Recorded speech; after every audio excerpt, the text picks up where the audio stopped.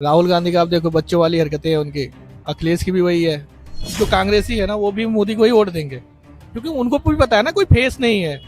उनको बोलो वो गांजा पी के एक तरफ बैठे रहे, बाकी उनके बस की कुछ है नहीं। वो बंदे को 10 सेकंड की बोली गई बात याद नहीं रहती है, क्या ही भारत जोड़ो यात्रा करेगा। और भारत टूटा ही कब तक, उसको जोड़ रहे हैं वो। क्या कहना चाहते हैं? परिपक्व नहीं है, मैच्योर नहीं है, 100% नहीं है ना यार, बच्चों वाली हरकतें है, उसके काहे के है। मुद्दों पे बात नहीं करते। सोनिया गांधी ने चुनाव लड़ने के लिए मना कर इटली जाना होगा उनको, अपना काम करेंगे। दिया होगा। तो पुराना काम याद आ गया होगा कि अब कुछ। क्या लगता है 2024 में मोदी जी बार बार कह रहे हैं कि 370 और एनडीए 400 पार।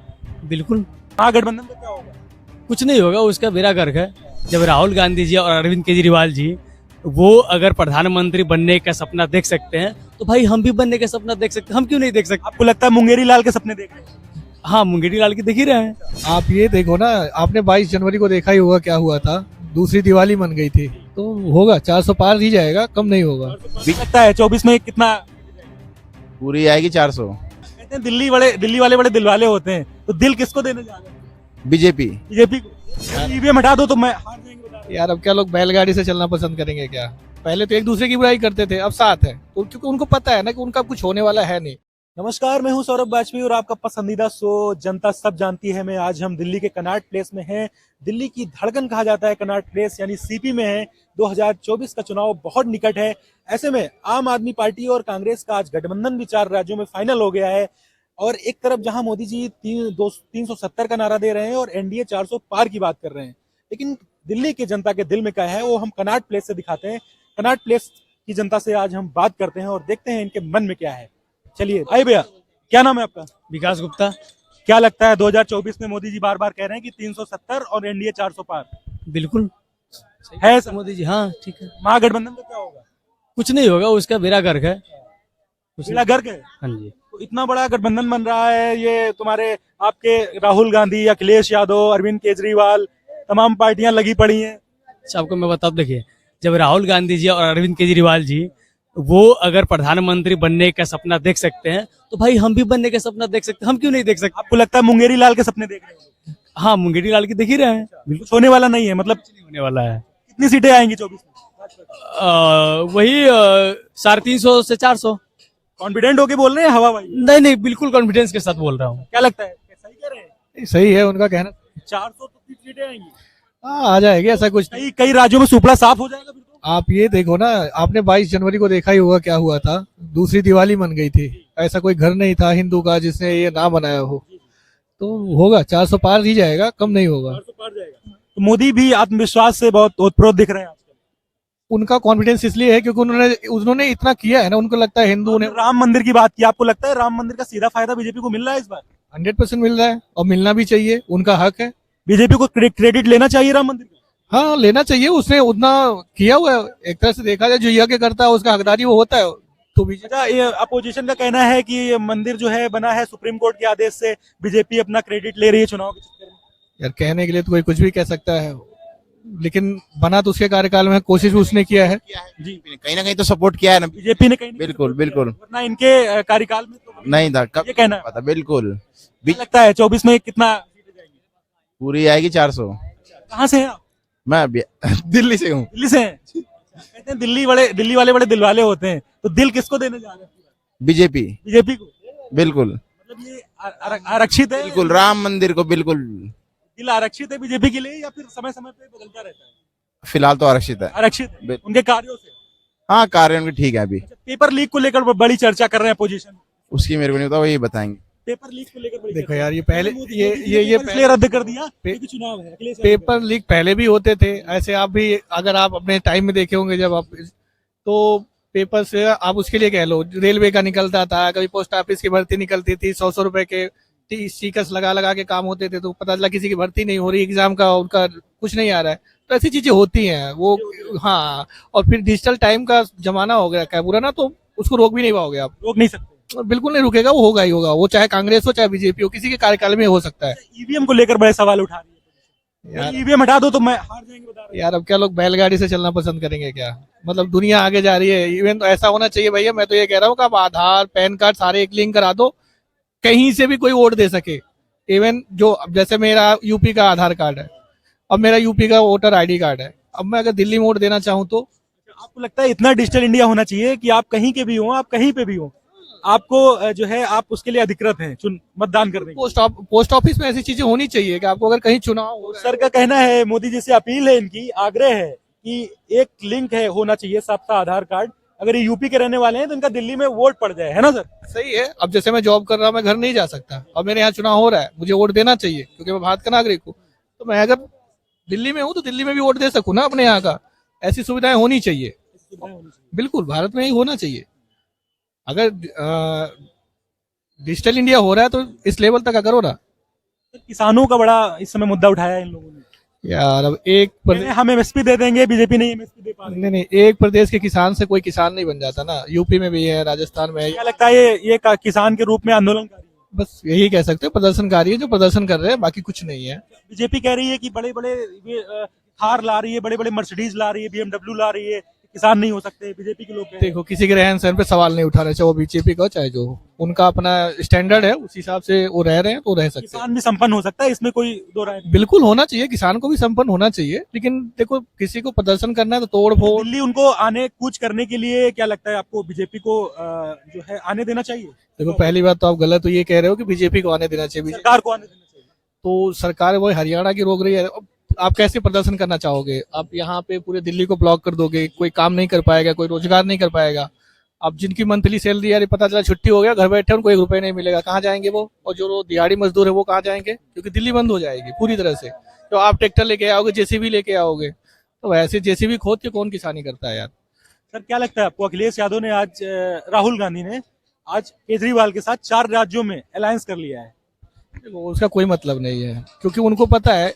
पहले तो एक दूसरे की बुराई करते थे, अब साथ है, तो क्योंकि उनको पता है ना कि उनका कुछ होने वाला है नहीं। क्योंकि उनकी जो पोल थी पहले, क्या कि हर आदमी के हाथ में मोबाइल है, सब न्यूज दे सकते हैं और सब कंटेंट देख रहे हैं, तो उनको पता है कि इनके पास कुछ है नहीं। तो सर कहना चाहते हैं कि मोदी जी इतने मजबूत हैं कि इन लोगों को एक साथ आना पड़ रहा है।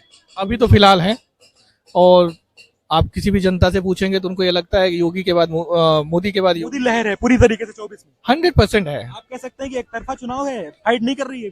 तो अभी आप कह रहे हो कि एक तरफ उन्होंने सारे गठबंधन कर रखे हैं, एक तरफ बीजेपी है, तो एक तरफा ही हुआ ना, एक तरफा ही है। तो गठबंधन मोदी वर्सेस आल हो गया, बिल्कुल। तो क्या कहना चाहेंगे, मतलब इन लोगों को गलतियों क्या क्या सुधार करना चाहिए, पोजीशन को किस वजह से ये लोग मात खाते हैं? फिलहाल तो इस स्थिति में है ही नहीं को कुछ सुधार कर सके, अभी उनकी में नहीं पोजीशन है नहीं वो अभी उसमें, हाँ बिल्कुल कह सकते हैं। राहुल गांधी का आप देखो, बच्चों वाली हरकतें हैं उनकी। अखिलेश की भी वही है, मतलब वो भी तय ही नहीं कर पा रहे उन्हें हिंदू की तरफ जाना है कि मुस्लिम की तरफ जाना है या कौन सी कम्युनिटी की तरफ जाना है, और उनका भी ये तय ही नहीं हो पा रहा है। सर बसपा भी एक बड़ी पार्टी मानी जाती है देश की, बसपा ने अलायंस नहीं किया अभी। मानी जाती थी, अब नहीं है। बसपा के साथ कोई अलायंस करना नहीं चाहता है या बसपा करना नहीं चाह रहा है? तो मुझे ऐसा लगता है मायावती जी भी अब थोड़ा सा डाउन हो गई, उन्हें लगता है कि उनका, आपको लगता है कि वो उम्र दराज है उनको अब? नहीं उम्र से नहीं। देखो, मायावती का शासन अगर यूपी में बात करें तो जब तक थे ना, तो आप प्रशासन बड़ा टाइट था उस टाइम, तो गलत नहीं कह सकते, वो भी अपने लिए बड़ी अच्छी थी, ठीक है।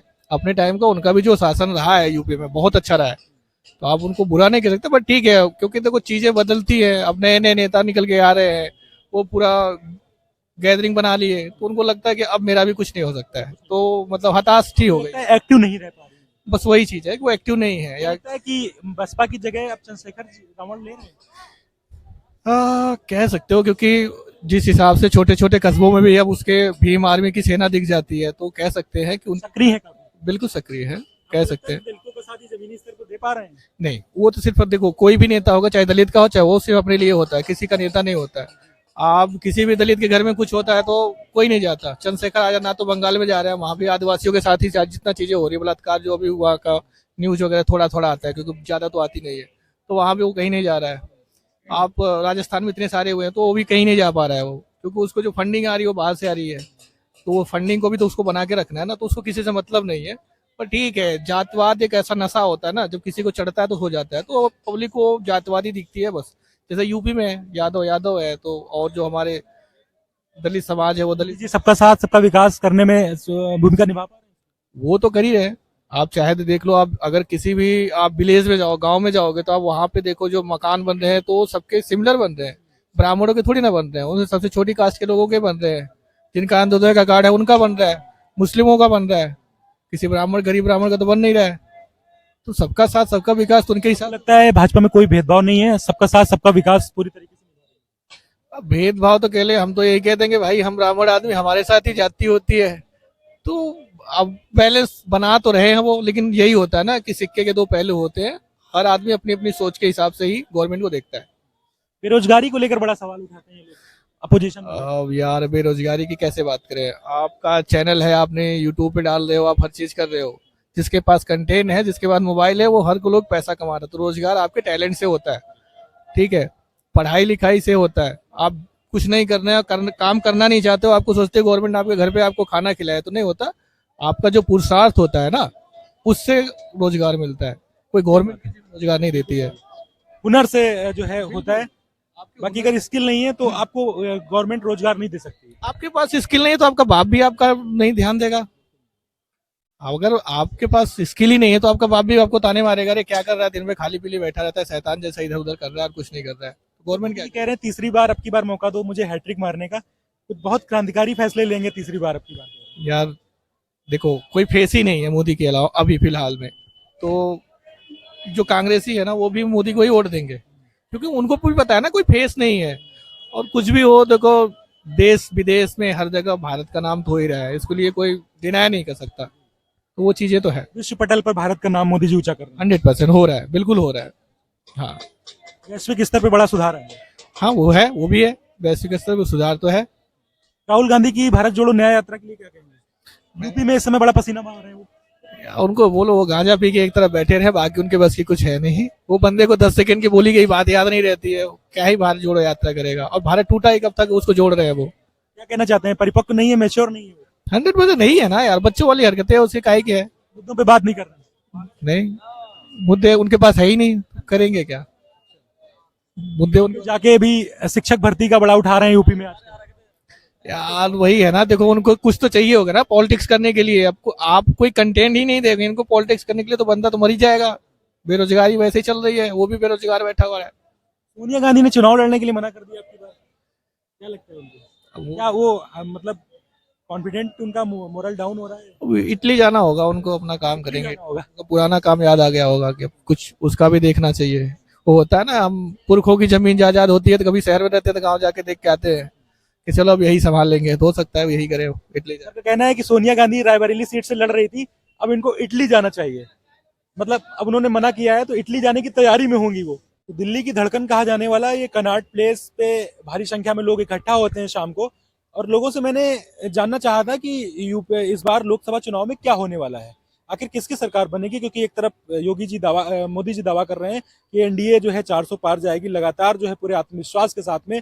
वही महागठबंधन भी पूरी तरीके से अपनी दम लगाए हुए हैं मोदी जी को हराने के लिए। तो यही हम तमाम सवाल किए थे लोगों से, इन सबके उत्तर दिए, लेकिन अंततः जो है वो समय ही बताएगा कि आखिर किसकी सरकार 2024 में बनेगी। Saurabh Vajpayee, live Bharat TV, Delhi.